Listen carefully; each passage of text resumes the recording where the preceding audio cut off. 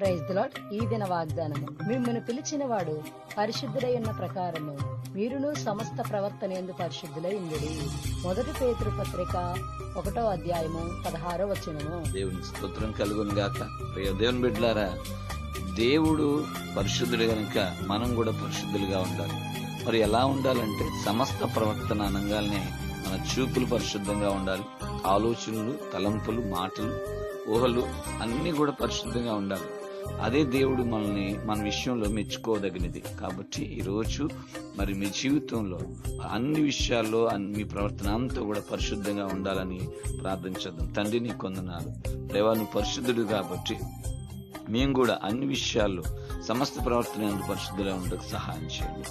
ఆయన ఎంతమంది అయితే ప్రభువా అయా క్రైస్తవులను చెప్పుకుంటూ కూడా ప్రవర్తనలో పరిశుద్ధులేదో వారిని దర్శించమని అడుగుచు యేసు నామములో ప్రార్థిస్తున్నాం. ఆమేన్.